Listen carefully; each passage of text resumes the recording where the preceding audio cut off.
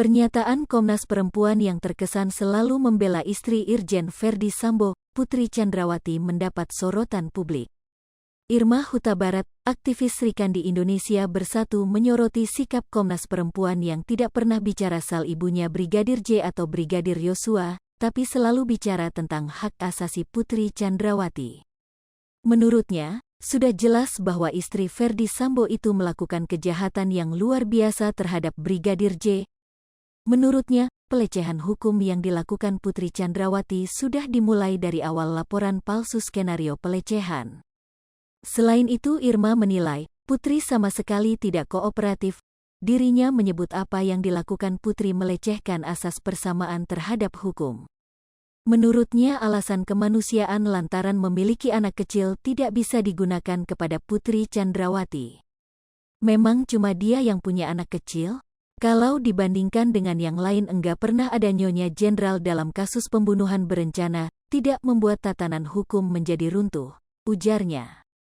Irma juga menyebutkan, tidak pantas membandingkan perbuatan yang dilakukan Putri Chandrawati dengan Vanessa Angel atau Angelina Sondah. Lebih lanjut, Irma menyoroti Komnas Perempuan yang selalu memfokuskan kondisi Putri Chandrawati. Komisioner Komnas Perempuan, Siti Aminah Tardi menjelaskan perempuan yang sedang menjalani fungsi maternitas, salah satunya mengasuh anak, dapat tidak ditahan sebelum persidangan. Menurutnya tidak ditahannya Putri, setelah menjadi tersangka pembunuhan Brigadir Yosua, sesuai hak asasi perempuan. Namun Komnas Perempuan menyebut, semestinya aturan ini berlaku untuk semua perempuan di Indonesia yang sedang berhadapan dengan hukum, tanpa kecuali, tetapi lemah dalam praktik pelaksanaannya. Ketua Komnas Perempuan, Andi Yentriani, mengatakan Putri Chandrawati merasa ketakutan dan malu setelah menjadi korban pelecehan oleh ajudan suaminya. Karena kejadian pelecehan yang menimpanya itulah, ungkap Andi, Putri Chandrawati bahkan sampai menyalahkan dirinya sendiri. Kepada Komnas Perempuan, Andi mengatakan, Putri Chandrawati menyampaikan ingin mengakhiri hidupnya setelah kejadian pelecehan itu. Tak hanya sekali, lanjut Andi, Putri Chandrawati menyampaikan lebih baik mati secara berulang kali. Andi menuturkan usia Putri Chandrawati yang tidak lagi muda hampir menyentuh 50 tahun dan memiliki anak perempuan juga menjadi penyebab yang bersangkutan ketakutan usai menerima perlakuan Brigadir J.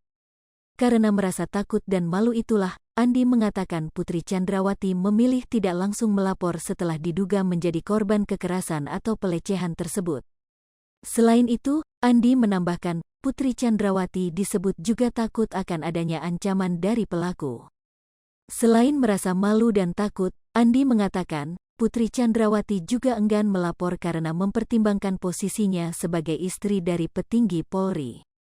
Lebih lanjut, Andi mengatakan berkaca pada kasus ini, ternyata relasi kuasa antara atasan dan bawahan tak cukup menghilangkan kemungkinan terjadinya kekerasan. Selanjutnya, Komnas Perempuan pun merekomendasikan kepada pihak kepolisian untuk menindaklanjuti dugaan kekerasan tersebut. Adapun Putri Chandrawati sebelumnya melaporkan dugaan pelecehan yang dialaminya ke Polres Metro Jakarta Selatan dengan terlapor Brigadir J. Dalam laporannya, Putri menyebutkan bahwa pelecehan yang dialaminya itu terjadi pada tanggal 8 Juli tahun 2022 di rumah dinas suaminya di Duren 3, Jakarta Selatan. Peristiwa ini semula disebut sebagai pemicu baku tembak antara Brigadir J dan Richard Eliezer atau Baradae yang berujung pada tewasnya Yosua. Dugaan pelecehan yang dilaporkan Putri sempat naik ke tahap penyidikan, namun, laporan tersebut dihentikan oleh polisi karena terbukti tidak ada tindak pidana. Laporan itu dibuat karena diduga untuk menghalangi penyidikan kasus pembunuhan berencana terhadap Brigadir J.